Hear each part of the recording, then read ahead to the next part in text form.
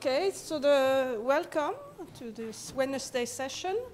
The first talk of this morning is by Udi Hrushevsky, who will speak on specializing difference equations in positive characteristic. Thanks very much. Okay, can you hear me with this? Yeah, I can just speak softly. So yeah, thanks very much for to the organizers for the invitation and for the organization.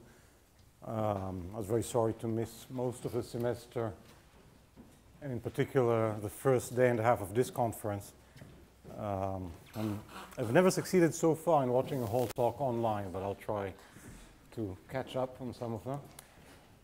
So this is a somewhat technical talk, which I think this is the only conference I could actually give it in. It's a solution to a question which arises for difference equations, which is viewed as less technical. I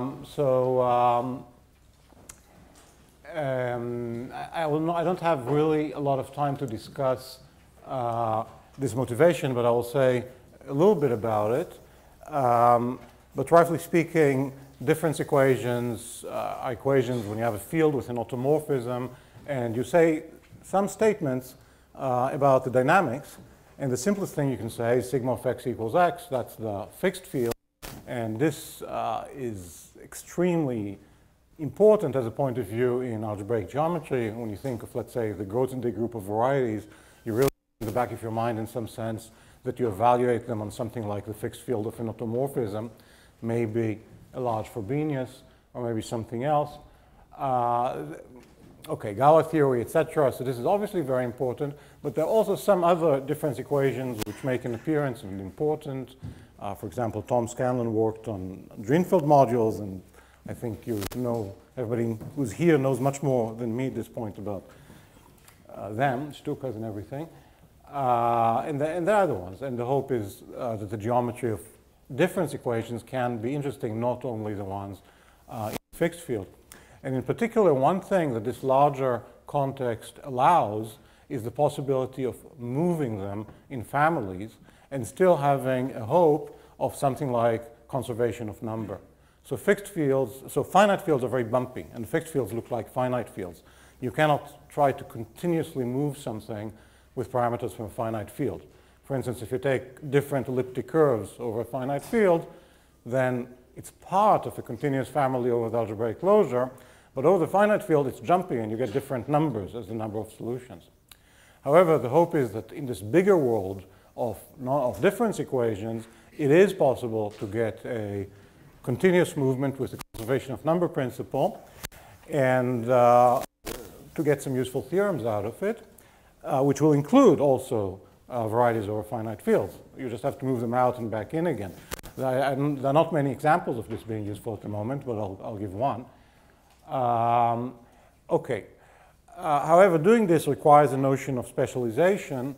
You need to know that when you move over a curve and you specialize in whatever model theoretic guise that has, then somehow, okay, maybe you can argue that the number of points is preserved, but you also have to know what happens when you specialize. What is the image? And that amounts technically to knowing that the image of a difference variety under an appropriate specialization, the residue map, is something you can still recognize. It's still a difference variety. It's not obvious, right? And we're very used to it from valued fields that the image of a variety is a constructible set, but it's a theorem. It's not a triviality. And this theorem has been available for some time in characteristic 0 by work here in the thesis of, Salih Duhan, but still not in characteristic P. And so what this talk is about is the characteristic P version of this question. It's about the stable embeddedness or the complete embeddedness of the residue field inside valued fields of characteristic P with an automorphism which satisfies the appropriate laws. So, okay. All right, so the algebraic objects is difference field or transformal fields, transformally valued fields. So you have a field, you have a value something group, and you have a residue field. The residue field is actually a difference field. It has an automorphism as well. And the value group is also a difference module. So it's a module, it's a group, and also it has multiplication by an operator sigma. And they're all compatible. And there are only two kinds I'm going to consider in this talk. One of them is Frobenius fields, where the automorphism is just x to the q. Okay? So this is like finite fields in the difference field setting. And the other one is increasing valued field with an automorphism, IVFA, which says that the value is much bigger than the value of the automorphic image is much bigger than the value, which means that it's very contracting somehow as an automorphism on the field. So this is for any n. It's bigger than 2 gamma, 3 gamma, and so on. Okay. And as I said, the main interest here is not going to be in all difference equations, but only in finite dimensional difference equations. So the simplest one is sigma x equals x. Well, I guess that has dimension 1, which means if you take any algebraic variety and you intersect it with the fixed points, you get just the dimension of that variety. But in general, we're interested in arbitrary finite dimensional ones. So one technical way of doing that is just take a many sorted structure whose sorts are the various difference equations that can be satisfied. On them, you have whatever further structure you have by further difference equations in many variables. Okay. The truth is that this is what interests us, but having done this, quite a bit of the theory goes through very easily for the general case, not necessarily with the finite dimensional restriction, but still some results we only know here. And this is somehow the main interest. Well, from the current point of view. Okay, so we have the two versions. We have just difference equations that we consider restrict to the finite dimensional setting, and we have value difference fields, and again we restrict to the finite dimensional setting. The restriction can be done just by a difference equation. Okay. And I'll remark here that when you do restrict to a final dimensional equation, the valuation becomes, at first sight, very mild. Only finitely many values are possible on any given equation. So for the case of sigma x equals x for the fixed field, it's obvious the only value possible is 0 because any other value grows very fast. It cannot satisfy sigma x equals x if sigma of the valuation of x is much bigger than the valuation of x. Okay? But it's a kind of exercise that it's always true. It's almost misleadingly simple, but well, it is a very simple situation, but you have to work to see that it's simple. Okay, and here's the theorem. So you take increasing valued fields with an automorphism, you restrict to the finite dimensional sorts. There is a model companion of that. So there is a natural theory that has quantifier elimination to a language I'll say in a minute. And it has very natural axioms. One axiom, so this is, yeah, so somehow in valued fields, one has the Robinson tradition of ACFA, algebraically closed valued fields, and one has the Axe-Cochin tradition.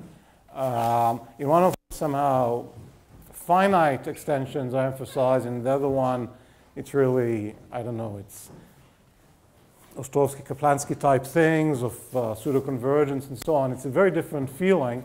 And this one, somehow this talk will have some pseudo-convergent sequences in some sense, but really it follows the Robinson line. And the first axiom is just about polynomials in one variable. It's just telling you when they should have a solution and where. And this is told by the Newton polygon, so we'll get to this. These are one variable axioms. And if you think about pseudo-finite fields, you see that there's no hope for a theory that just has one variable axioms. In differential fields, you can have it. But in finite fields, it's hopeless. You have to talk about varieties. You You have to talk about absolutely reducible varieties, at least curves, and say that they have points. So we need something like that, and it turns out in the finite dimensional case that the minimum suffices. It's enough to say just the usual existence of points on curves axioms just for the residue field, which is a transformal field.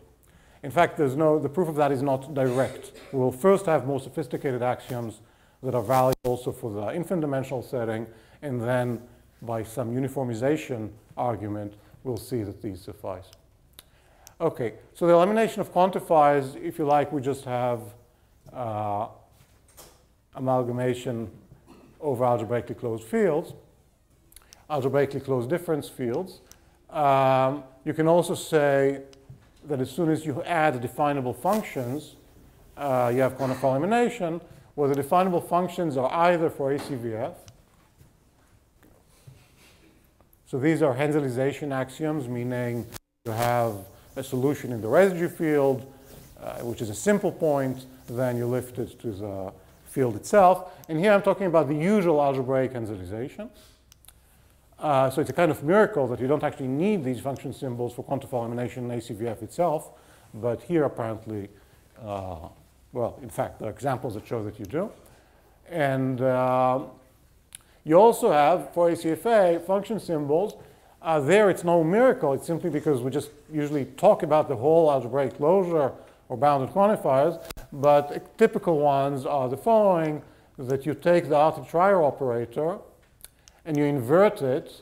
Well, it's not actually invertible. But then if you compose it with the transformal Artin-Schreier operator, then the composition makes sense. It's well defined. Okay?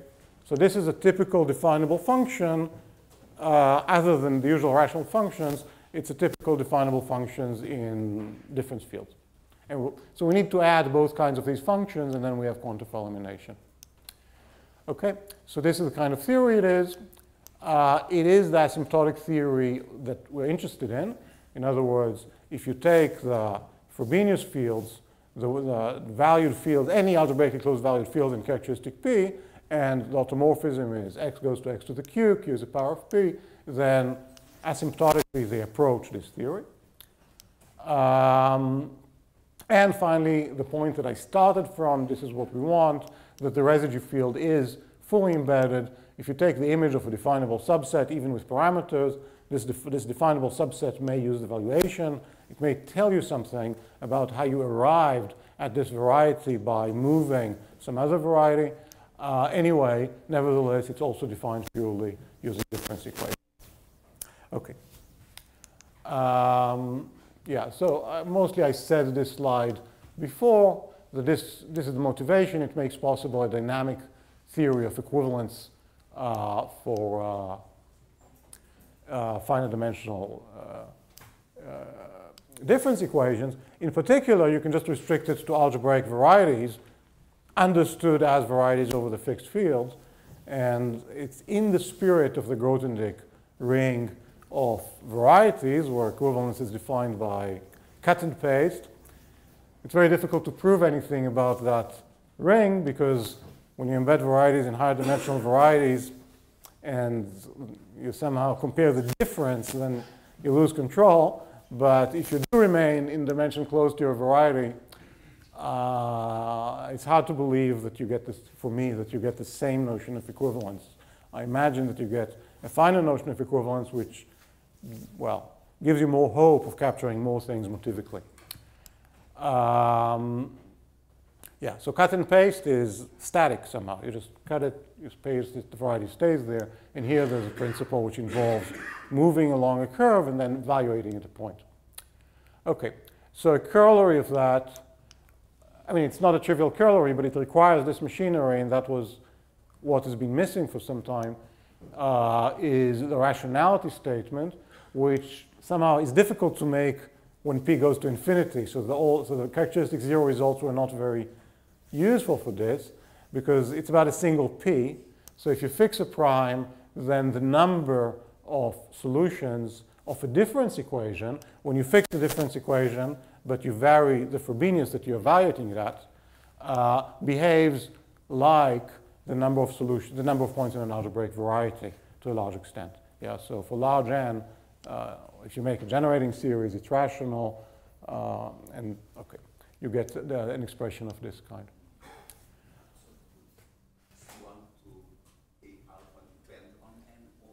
No, so they do not depend on n. Yeah, yeah. Yeah, sorry, yeah. So this you can put B, yeah. And B is dimension or something? Oh, there's D? B. B? Where's B? The top on the top of the summation. Oh, I'm sorry. No, I mean, B, no, I mean, it's something like the sum of, well, ultimately, so it's going to be proved by moving it to some formula, really many different formulas in different dimensions, in which you can do a cohomological representation, and then this B will be something like the sum of all the Betti numbers of all the varieties involved. No, I'm not saying what B is, but it's some finite number. Okay, and as a matter of fact, it's also true when you use, you're allowed to use evaluation in the things you're defining, which, again, I don't know applications of, but I can imagine there might be applications of counting points, not, not in a particular place, but in some locale. Okay.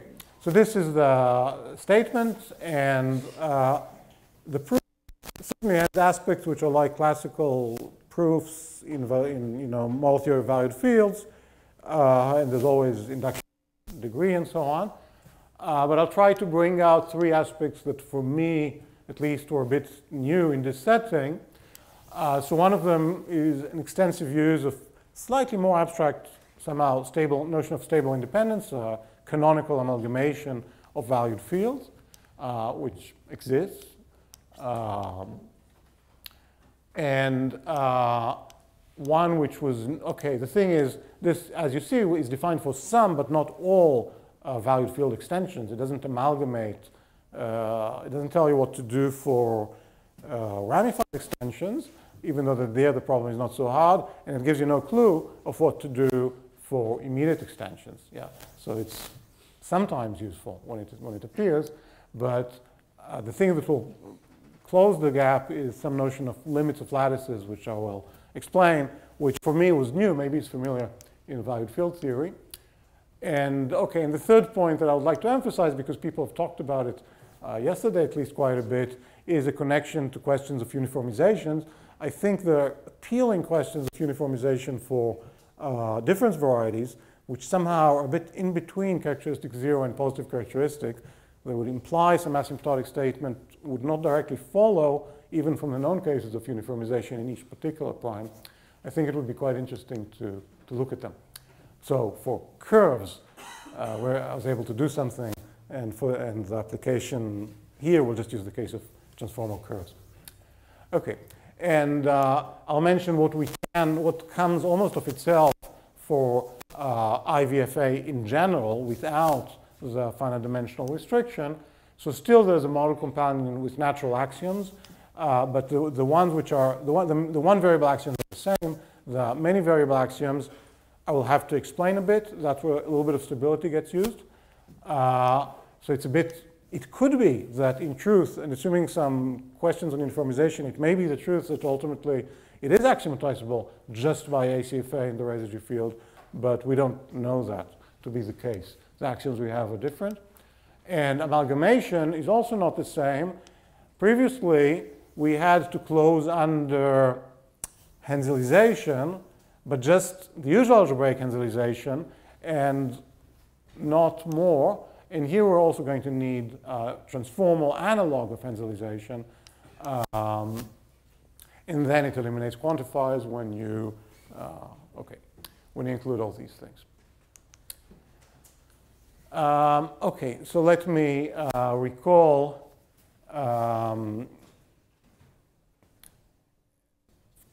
stable amalgamation for valued fields. So you take an algebraically closed valued field, and let's take a valued field extension, which model theorists like to think of as having a distinguished set of, tuple of generators. And then we talk about the type, but it's not really essential. And it has some value group, but it's the same value group. Okay, so there's no extension of the value group.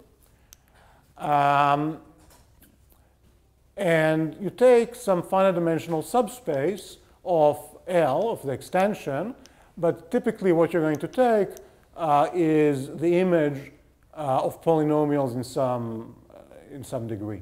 Okay, so that's a finite dimensional space. You use A to take the image of it inside L. And then you define JD. It's going to be an invariant of this extension, which is all the elements of this finite dimensional space, or all the polynomials, if you like, simply, as elements of the space whose valuation is greater than or equal to 0. As polynomials, or rather elements of the affine coordinate ring of the variety, it's all the elements such that evaluated at A, they get valuation greater than or equal to 0. Sergey, you're not pleased?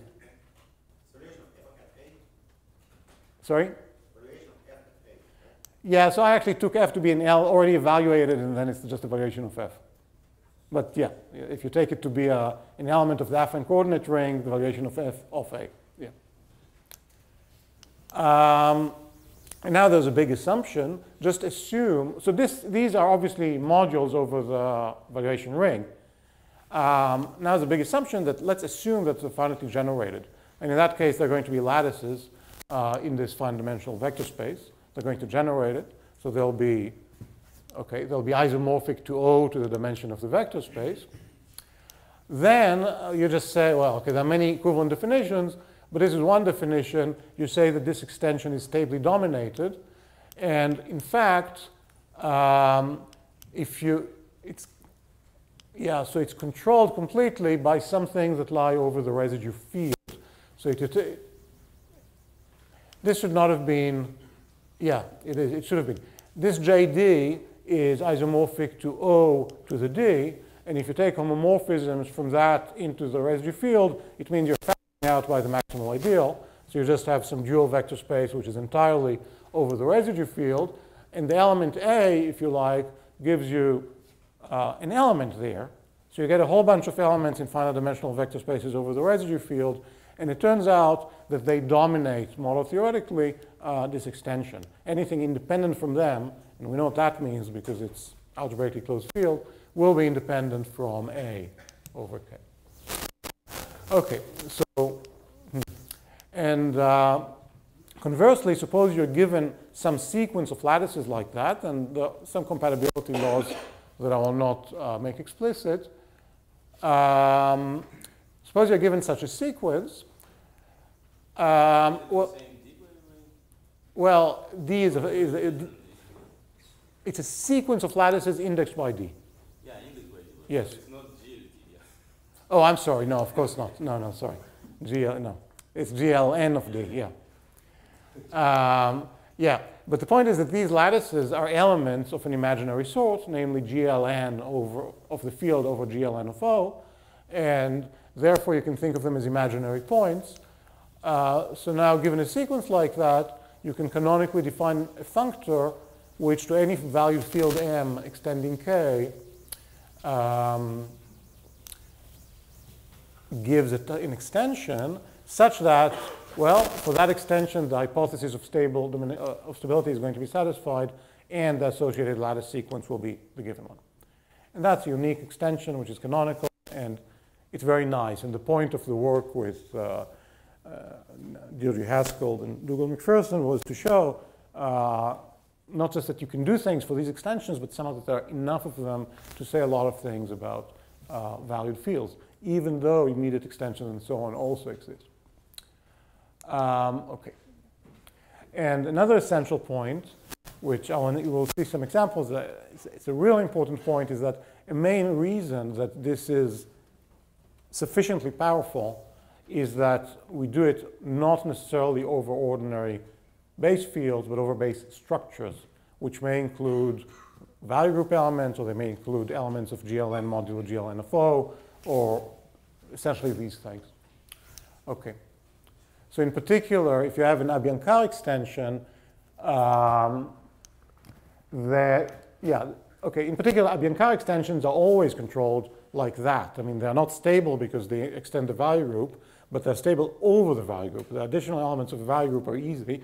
They're just elements of this linear structure, and over them we have stable domination. They're imaginary elements over which we have that.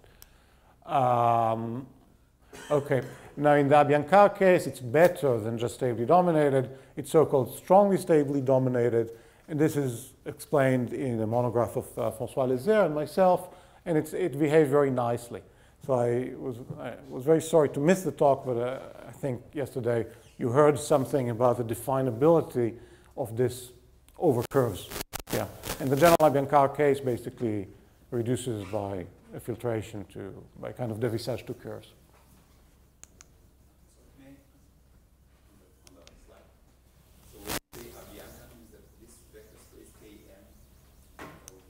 So this Km is not a vector space. This is already a valued field. So the lattices give you a functor that for any m give you an extension, which here I called it Km. Maybe it's not a good name. Okay. Now in some cases this extension is Abyankar. In the usual sense. It means it means that there's no defect, no transcendence defect. Yeah.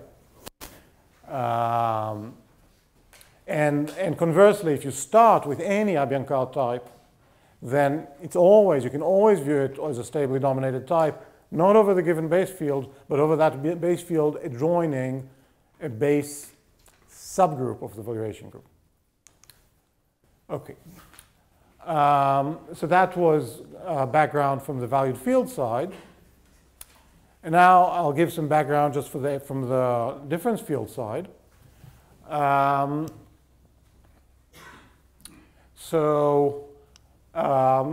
Okay. So there are two obvious bridges between, important but obvious bridges between algebraic geometry and difference geometry, which motivated people like Ritt and Colchin. Namely, well, one connection is the fixed field connection. So, I mean, okay. So on the one hand, any algebraic variety can be viewed simply as a transformal variety in which you just happened not to use sigma, but you still, talking about subdifference varieties, you may well use it. So it's big, it's infinite dimensional as an algebraic variety. The jet spaces just go to infinity, and the dimension of them goes up. So that's one bridge. And the other bridge is that you take, so to speak, you think of it as a variety of the fixed field, and you think that you take the fixed points. Now, in terms of jet spaces, that just amounts to taking the constant jets, or just take V, V, V. So you still think of it as an algebraic variety. So it's another tautological embedding of algebraic varieties in different varieties. Okay, but there's another connection which is mediated by Frobenius, an asymptotic connection. And let me say it in the other direction. So for ordinary varieties, we're very used to changing, okay, to Lefschetz, to making a base change from Z to Z mod PZ. Yeah, I mean, so, okay. Now, in different varieties, you still do that, but you also replace sigma everywhere you see it by x to the q. Okay, so you go from a difference variety, maybe in characteristic 0, to an algebraic variety in characteristic P. And you end up with algebraic geometry with algebraic variety.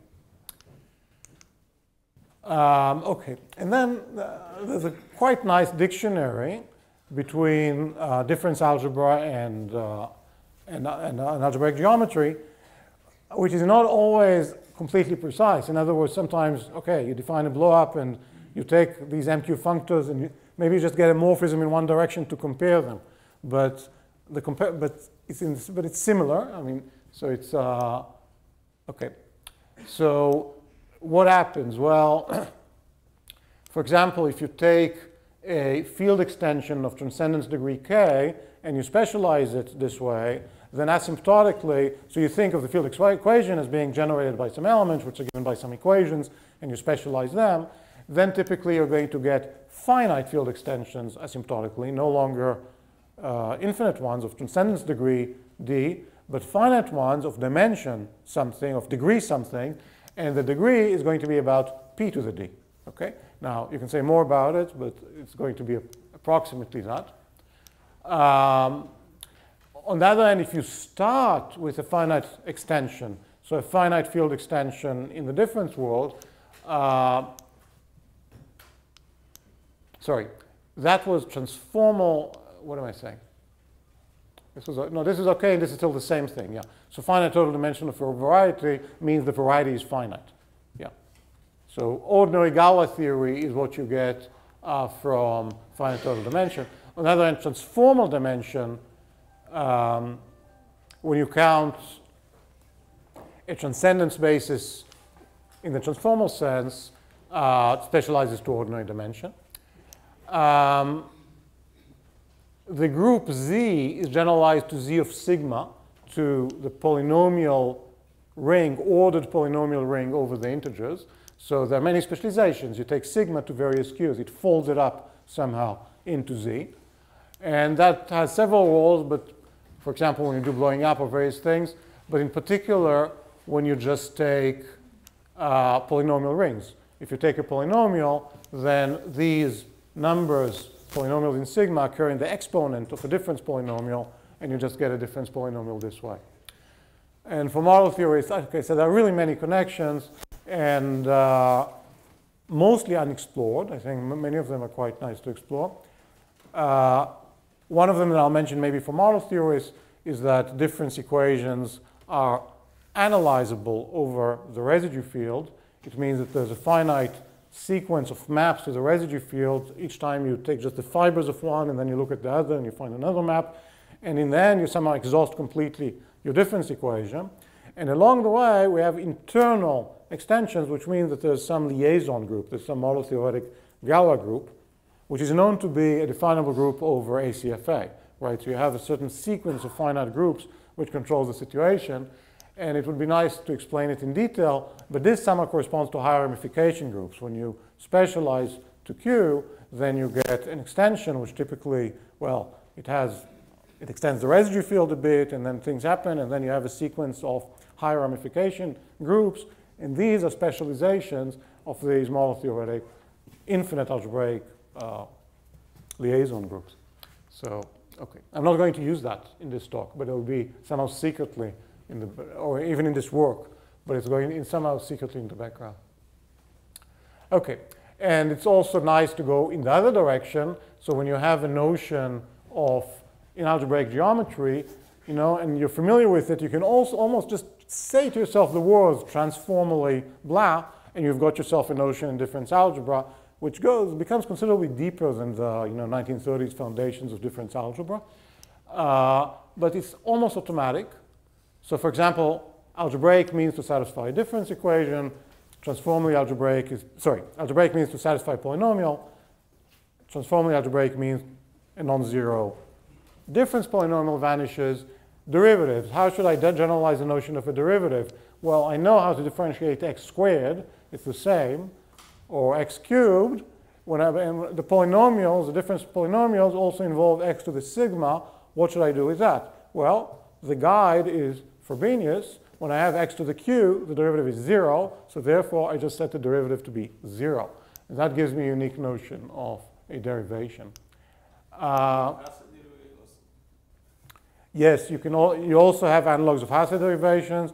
Or another way to treat the same thing, which for me is more agreeable, is to twist sigma. In other words, you realize that when you have a perfect difference field, actually there are many automorphisms. There's a whole Z orbit of them. You have not only sigma, but also sigma composed with usual Frobenius, and they should be treated on the same footing.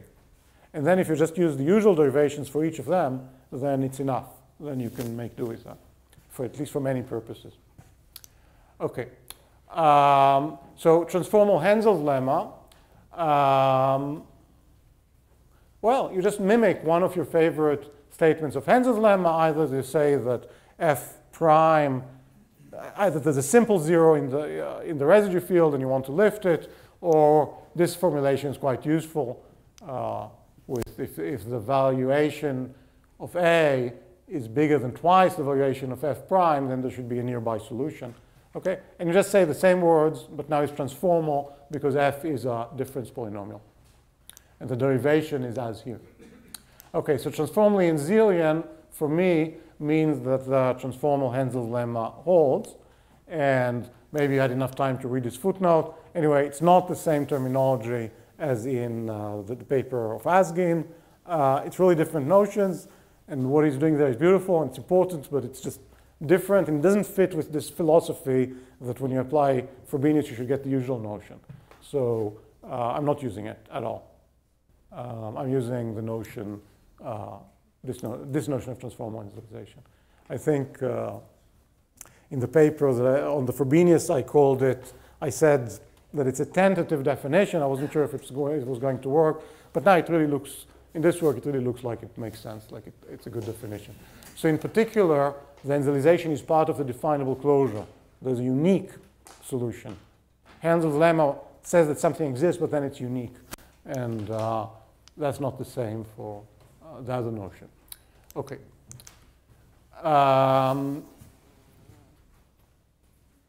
Okay, and you have the notion of sigma Archimedean, which I'm going to use. Note that sigma Archimedean is quite far from Archimedean, right? It means that you have a great number of ordinary Archimedean classes. You might have Z, but then you have sigma of Z is much bigger. And you have many, many of these, and you might have many in-between ones we're going to see. Okay, so, all right. Now, the axioms, well, under this dictionary, you can just go ahead and try to guess some axioms. And the first bunch of axioms should tell you when there is a solution to a single point difference polynomial. Now, you know, I mean, in Robinson's theory, you just say the theory is algebraic. In ACVF, you just ignore the valuation. You just say the field is algebraically closed. And by a miracle, that's enough, right? And I'm not completely sure that it's not enough here. But at least it's easier to say a little bit more and to say, well, we're going to say when there's a solution, but also in a given neighborhood. At least minimally, we're going to say when there's a solution with a given valuation. And Newton told us that. We have, did I mention Newton polygon in there earlier? I think my slides are somehow mixed up because it was supposed to, yeah, no, yeah, I did define the Newton polygon. Yeah, you just take the usual definition of the Newton polygon of a polynomial. It just goes through, except you're on a different ordered vector space. You're not on Q, on the plane over Q, but you're on the plane over a much bigger ordered group.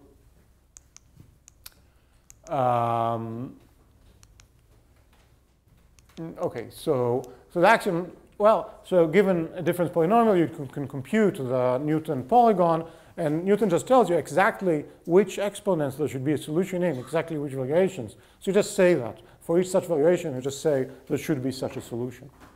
Okay, and that's all. Everything follows from that.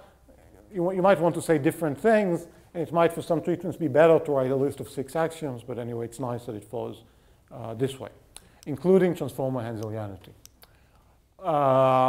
Yeah, and this axiom is obviously true in Frobenius ultrapowers, so somehow it's in the good direction. So you see that Frobenius ultrapowers satisfy this axiom and ultimately the other axiom, and therefore anything embeds into them, and therefore any existentially closed field also satisfies these axioms. So it's a big shortcut that you don't have to prove it yourself. I mean, it just follows. Okay, so that was the first set of axioms. Okay, well, so all right. So the second set is, as I said, a bit more abstract. So the usual axioms are still somehow abstract, but you don't notice it for ACFA. So you say that an irreducible correspondence, it's the analog of absolutely irreducible point over a pseudo-finite field, an irreducible correspondence which projects to the same variety 2 ways, there should be a point A sigma of A on that correspondence. Here it's the same, but you have to have the notion of an irreducible correspondence in the valued field setting. And okay, already for algebraic correspondences, it's a theorem, right? It's non-trivial that irreducibility is definable in families, but for valued things, okay. But anyway, at least, yeah. So luckily we have this setting of strongly stably dominated definable types that I mentioned, and they do very nicely. They come in definable families, so you can just say the same axiom. So at least in this case, you say if you can visualize an extension of your field just as a valued field, which has generators A, B, such that the whole type is strongly stably dominated and it projects the same thing in A as in B, well, the sigma twist of the same thing, then there should actually be a solution. Okay. So you can formulate this axiom. Now, as I said, for the finite A phi of A, ultimately it's not needed, but still the whole spirit of proving amalgamation and everything uses that. So it's certainly, okay. Yeah, so you can restrict to the case, or to the equidimensional case. Same as for difference field. It's not completely trivial that it's enough to give existence of points of finite dimension, but it's true. Oh, well, same as for fields where it's the Nordstrahlen-Satz, I guess. Okay. And of course, to say ACFA in the residue field follows as a kind of special case, and it turns out for the finite case to be enough. Okay. Okay.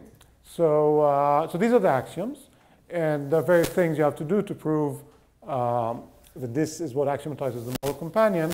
But I'll just center on proving amalgamation. So the proving amalgamation, okay, in itself has nothing to do with axioms. You just prove it, but the axioms somehow guide you how to do it. And at the next stage, you'll have to show that actually, when you amalgamate, the existence of the relevant point is guaranteed by the axioms. But I'll just talk about amalgamation. And in fact, this amalgamation goes by induction on sigma Archimedean rank. Well, in the IVFA fin case, this rank is automatically 1. But it goes by induction. It's not a completely trivial induction, but it's fairly soft. So we're just going to consider, so in this talk, I'm just going to consider the sigma Archimedean case. That's the slightly less soft part of the proof. Okay, and if you're dealing with an Abyankara extension, you're basically done. The point is that the information given of valued fields given by stable amalgamation, it's canonical. It's a completely functorial thing. So if you have two extensions, L and M, and L comes with an automorphism, M comes with an automorphism, then the stable amalgam is going to have to respect it. You can extend the two automorphisms. There's no work involved. Furthermore, the stable amalgam does not increase the value group. Well, if it's stable on one side, then the value group will be that of the other side.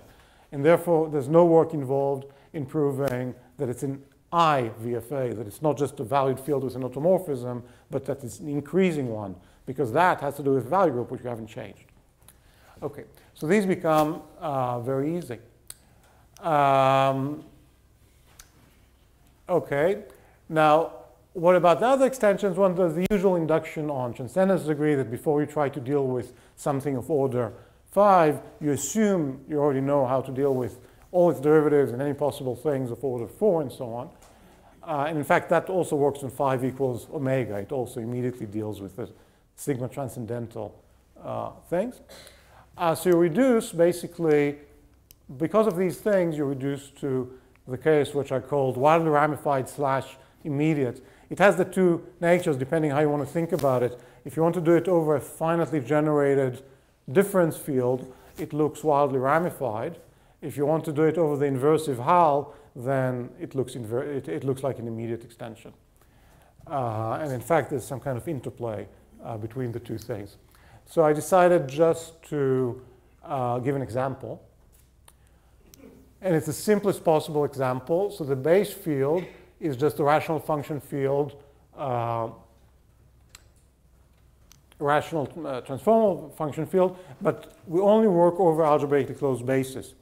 So, or if you like, they should be at least both Henselian and closed under the definable functions of ACFA. But anyway, let's work over just algebraically closed bases. So we work over that. And you can also go to the inversive closure, the analog of the perfect closure. So let's say that Kn you get by adding sigma to the minus n of t. And consider the simplest possible equation of this kind, sigma of x minus tx equals 1. where t has positive valuation.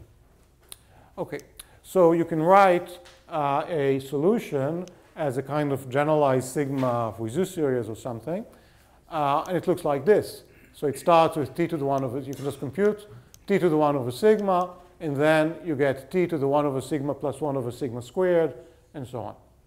Okay. So that expression allows you to see what A looks like. You see, you might try to do the Abyankar lemma. You might try to say, well, this thing is a ramified extension which adds to the value group 1 over sigma of something. So let me add 1 over sigma of that in order to see what happens. And if you're lucky, you have Abyankar's lemma that tells you, fine, now you have something non-ramified, you're happy. But of course, that doesn't happen here because it's wildly ramified. So if you add t to the 1 over sigma to the base, then, okay, you can subtract it, and then you can divide by it, but then you just get all the other ones, which are basically the same as you had before, right? So this is wild ramification. And if you do go all the way to the inversive Hall, then you just have nothing to grab anymore at all. It becomes an immediate extension, and you just don't see anything somehow to talk about. Okay, so this is the situation that everybody was saying in various different words about how bad it is, and we don't know what to do when we get to such a situation. And in fact, this is some of the difficult case. Okay. Okay, so what to do? Well, when you look at the situation that we had, look at these radii. When you look at the type of A over Kn, it looks like it's in a ball of this valuative radius. So when you go all the way to the inversive Hall, yeah, it's in smaller and smaller and smaller balls. But the limit of the radii is rational. You can write it down. It has a limit, and it's 1 over sigma minus 1. And this is absolutely critical. It would not be possible to amalgamate if it were not rational. You would not get a model of IVFA. This is the key in this example. Okay? So the point is, when you have an infinite intersection of balls, it looks scary, but, and maybe, of course, the intersection is empty in terms of rational points over your base field. But just as viewed as a ball, you can say, well, it's still a ball. It's not an infinite intersection of balls. It's just a canonical ball whose radius is the limit radius. In this case, 1 over sigma minus 1. Okay? So this is a point of view that you can take, that you get a new definable ball over the residue field. It's not quite definable in first order logic. I needed the whole sequence. It's definable in some kind of continuous logic, literally. Anyway, in some way, it's canonically there. So now this is a different B. This is the ball of radius, limit radius, over the point A. This is an example with a single generator. And in some ways, it's fair to view that ball as being over the base field, because it's the unique limit of a sequence of balls which is over the base field. And if you accept that, and you take the base structure to be a structure which includes not only the base field, but also an imaginary element, which is this ball, which I tried to explain as fair, then the type is a stably dominated type. It's a nice type. So then you can use stable amalgamation. Okay. So I first realized this when I tried to understand the amalgamation of Jérôme Poineau of over algebraically closed valued fields with real values of any, so he amalgamates any two valued fields like that over an algebraically closed one. And it was a bit surprising because we had stable amalgamation over only some fields, but not over all fields. So how can you reconcile them? And the reconciliation in the case of the reals was the same. In other words, well, in the one variable case, you can think of a limit of balls. Well, in the case of the reals, it's not very surprising that the limit of radiuses exists, right? All limits exist in the case of the reals. The only bad case is that they approach a single point, and this is the good case of a completion. Yeah. So, so this, okay. So initially, this came from an analysis of Poineau, showing that it's in some sense a special case of stable amalgamation. Here, we have to do it, but not over the reals, but over Q of sigma. And at first, that seems a bit scary, a bit different, because the reals, well, we know essentially, okay, it's not really the reals, it's the reals union infinity, and every increasing sequence has a limit, right? So you just use that. And here, look, this is full of gaps, and you don't see many of the gaps, right? It has gaps in Q, it has gaps in between Q sigma and Q sigma squared, and so on. And okay, so in this case, you have to do something in order to prove that the sequence of radii converges. It's not going to be just because of the nature of the valued field. And we saw it in the example. So, okay, so this requires some work, which I don't have time to talk about, but I'll just give the notion in more generalities in one dimension, if I may. So when you have a lattice, when you have a bunch of lattices, it makes sense to say that the lattice is the limit if, well, if you like the norms associated with the lattice, then the norm of any element just approaches the norm. And you can also say when it's increasing that the volumes approach.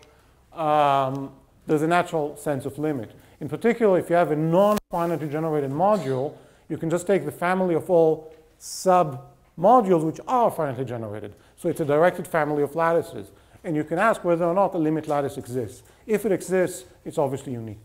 Okay? And so the proposition is that in the situation we had, that L over K is, there's a transformal equation which is satisfied. It's not an arbitrary valued field extension. It may not be a lattice, but there's a unique limit lattice. It exists.